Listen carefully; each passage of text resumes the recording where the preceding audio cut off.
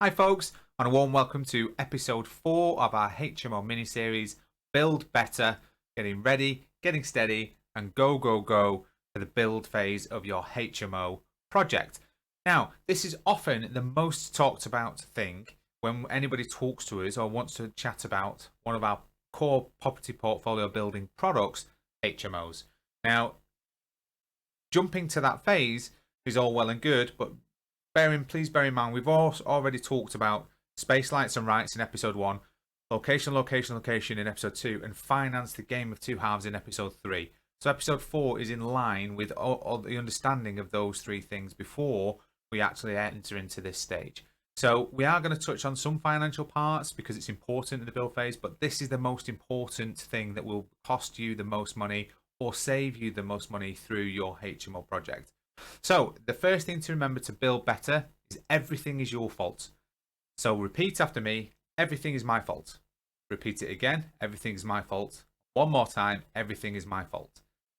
Once you understand everything is your fault with respect to the build phase of a project, all of a sudden you are more focused, you are more consistent, and you are more targeted in how you want to approach your build phase. So the first things first is you have to get ready for the build phase in order to have a good build, which is what everybody wants.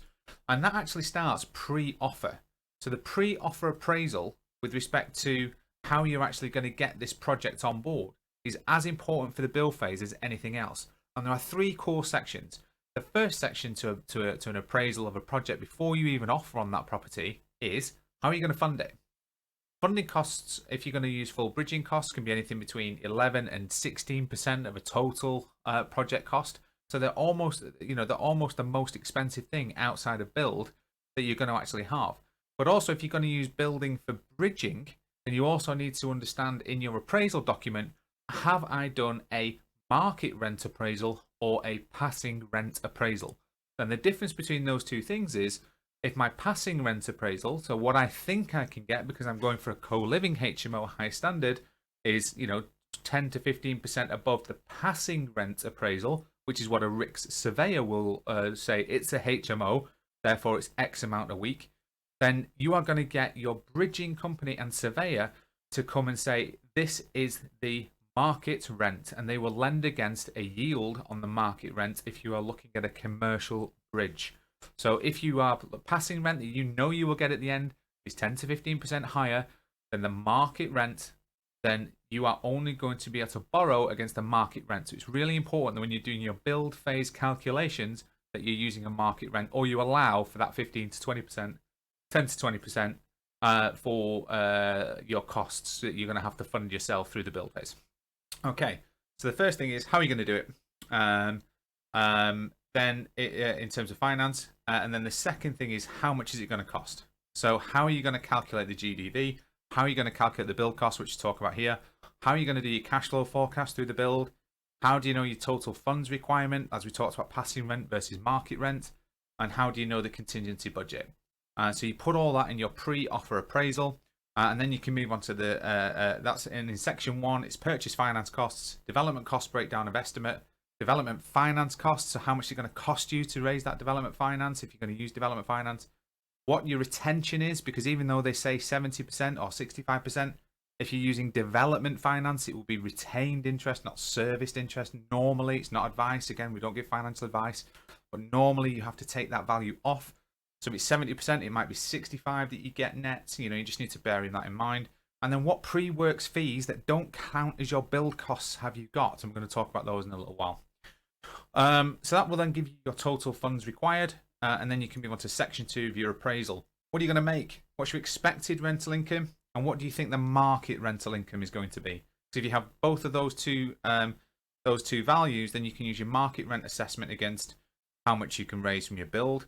If you don't use a market rent and you just use your passing rent, then I would allow a contingency for bridging of up to circa 15% if you're going for co-living, or pretty much bang on if you're going for like a more low to middle market HMO. In your expected rental income, obviously, it's going to work out your GDV yield, but also your return on investment, which is the most important part. So you're taking your gross rent and you're going to allow for some deductions. You're using an agency, 10 to 15% deduction. i.e. maintenance, you're going to deduct 5 to 8% in year one. Voids, we use 8% voids. Energy cost, what's your energy and bills cost, council tax, all that type of thing. If you're going to have a bills included, we allow £120 per room at the moment in the northwest of England for these costs. Insurance cost, it's an actual cost, so count it as a cost. And then your interest cost at refinance, if you're going to use a mortgage on the product on the property, to actually deduct all of those from the gross rent to give you your net cash flow.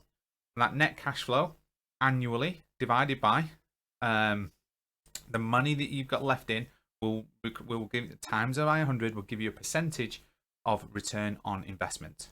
That's how you work that out. Okay. The final phase on your appraisal is the exit. What's your exit GDV?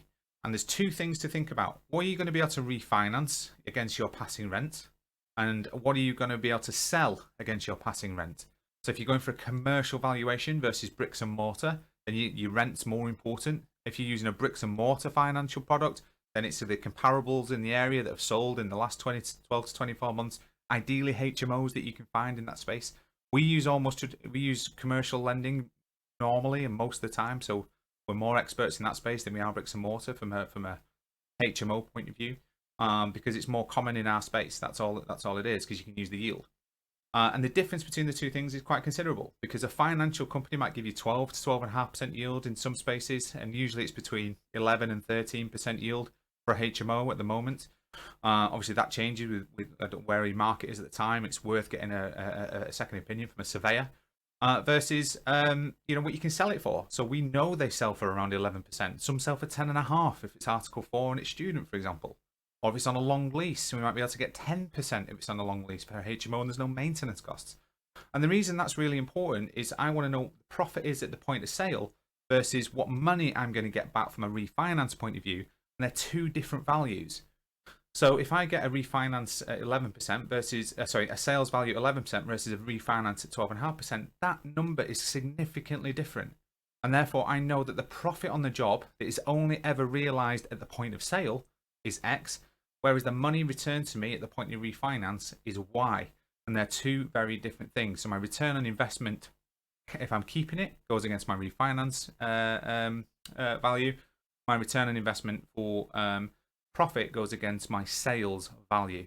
So both of those figures I want to know. And this is all part of the build phase, because you need to know what you can and can't spend. Because if your profit is lower than around about 20%, it's a big risk on exit if you don't hit your sort of like targets during the build phase, or if there's anything unforeseen. So that's the reason that we do that. We target a 20% roughly cost on profit on cost for a sales point of view. Okay, then you're ready to actually do the pre-tender work. So the pre-tender work is all about the due diligence of the builder and building the scope of works. So first and foremost, remember, everything is your fault and the build is your biggest risk. Creating competition is also your biggest reward, because you want friendly competition, you want a few builders that you can work with regularly, and therefore you want to create that competition to get the best price for you. Because anything you don't spend that doesn't cost you from a bridging point of view will save you money and increase your return on investment and or sales profitability. So the critical questions you need to be thinking about when you're considering a builder: company structure, are they a limited company? Accounts, have they registered accounts? Are they profitable? Are they net losing? Project size, what types of projects have they done before? If they've only ever done large projects, then this probably isn't the project for them. If they've only ever done like one room renovations, then this probably isn't the project for them. Or are you going to work with this builder to bring them up to the standard that you want? If you've experienced and you've done it yourself, then maybe you can do that. Are you going to appoint a project manager to help you with the scope of works? If you've never done it before, our recommendation is always use a professional to help you build the scope of work, especially if you're going 5, 6, 7, 8 beds. If you're just using the same rooms, same house, putting a fire alarm panel in, okay, maybe a DIY job would work. But anything more complex, reconfiguration, licensing standards, all those types of things, we would recommend a project manager to help you with your costing. Buildings wise, what trades management experience have they got? Who have they got in their business? How many subbies versus employees? We've had a builder go bust because he had too many employees. At this level, we prefer them to use regular subbies that they have. They're part of their build team that they use regularly, but they're not full-time employees. And if they're too weighted on full-time employees, it's actually a bigger risk for us as an investor. Whereas if they've got too many subbies and they don't use the same teams more than once, that's again is a big red flag. So it's about investigating that. Payment terms. What can they accept? If you're using bridging finance and you're drawing down once a month, maybe on week 5, but they need to pay their guys weekly, can they do that? Can they afford to do that? Because if they can't, what's going to happen is by week 3, they're going to run out of money. And if they run out of money, you're either going to have to put a float in to fund it, or your project's going to go bust because they're not going to turn up because no one's been paying the guys. And so you really need to understand that they can accept the payment terms. And I'd probably ask for a set of accounts or a bank statement to show their cash position. Work examples. Where have they done these types of projects? Is there any you can visit? Have you got any client references? Fixed versus variable costs. What do they usually count as a fixed cost? What do they usually count as a variable cost? Because we want to fix as many prices as we can in our tender processes. We want to remove variables. So if they say, oh, well, the kitchen and materials cost is variable, take it out. You put a cost in saying, please use £6,000, please use £5,000, whatever you usually pay for a kitchen. You want to work out what their cost is for fitting that kitchen, so you can compare apples for apples in your tender process. And then, are the terms acceptable? Will they work to a JCT minor works contract, and will they allow 12 months repair? You know, if you can't get a warranty on the work because it's a conversion, not a new build, will they do a 12 months repair? So any work that they do that's faulty, they will repair within that period without cost to you. And most good builders will back their work and say that's fine. So if they're not willing to, you could have a collapse on week 3 and one of the products that they've installed, and all of a sudden you've got an additional cost. Okay, so once you've done your analysis, you're getting ready you're in the set phase. The set phase is build the tender process. What you're looking to get is an absolutely top drawer scope of works, and there's certain things that at this point you're paying for. So we pay an architect to do our architectural layout. We pay an architect to do our building regulations drawings, so the builder knows what they can and can't do. Planning, we get our planning application in at this point, so we're paying a planning consultant to do that, and we're paying a principal designer. So a principal designer is formerly known as CDM coordinator, but they're going to do all the risk assessing, they're going to do all the health and safety stuff with the builder to make recommendations on their procedures and policies and the site itself with respect to making sure it's safe for the workers. And don't forget, everything's your fault. You are responsible for that site.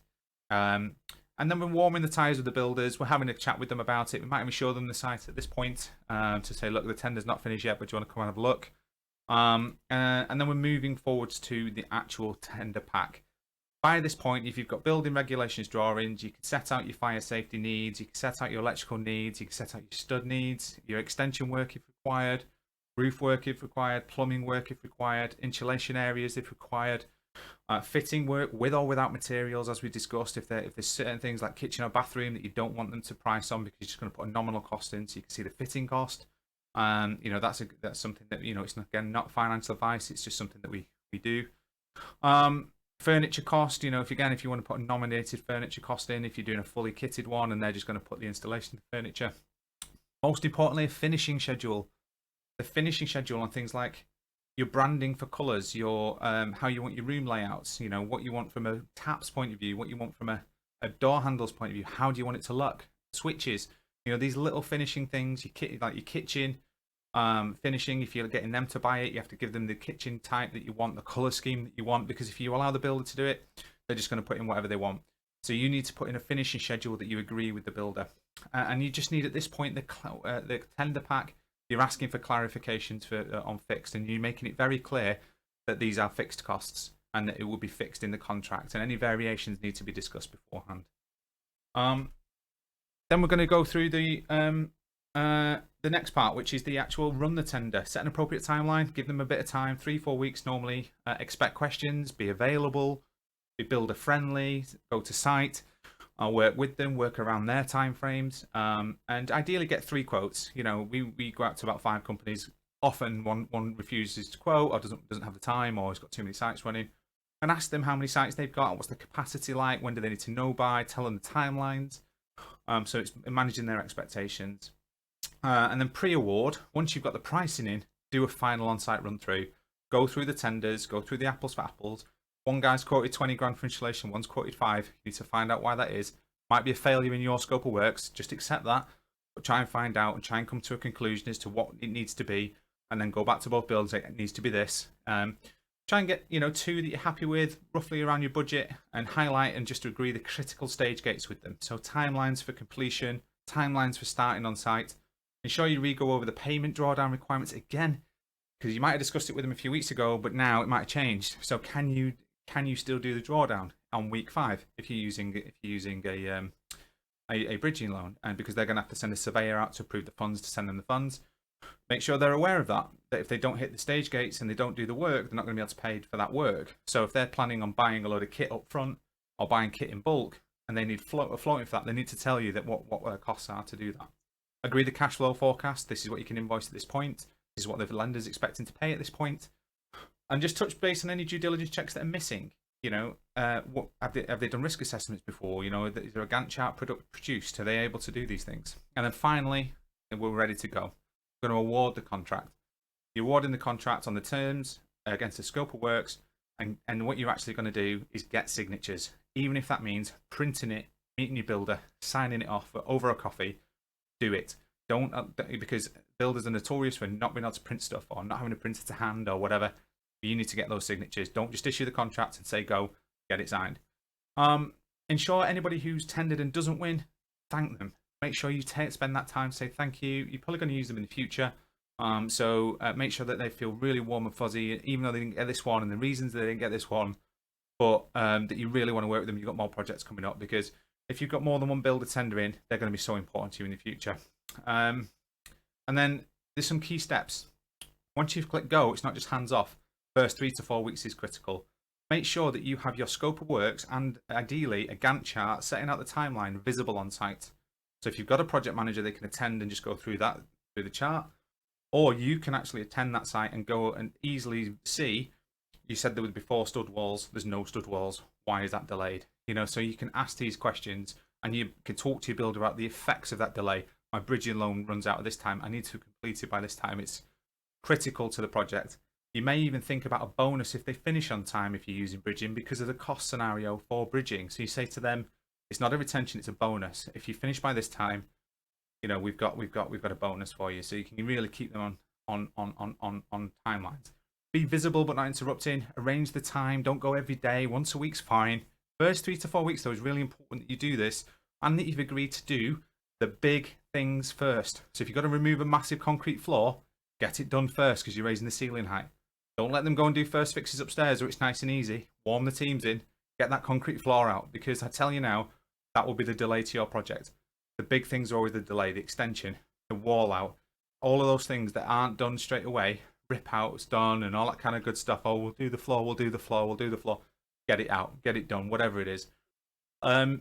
Anything that they say is a variation to cost, document there and then, and get a price for, to say, and then agree if it's not in the scope of works, and make sure that you take that away and you document that price at that point. Don't just say, oh, it's variable, bill me at the end. Whatever you do, that's a dangerous thing to do, because you don't know what your variation is going to add up to then. And then finally, document any specific requests that you make. So if you change something, or you say, actually, now I look at that, can I do something else? Document it and ask for a quote.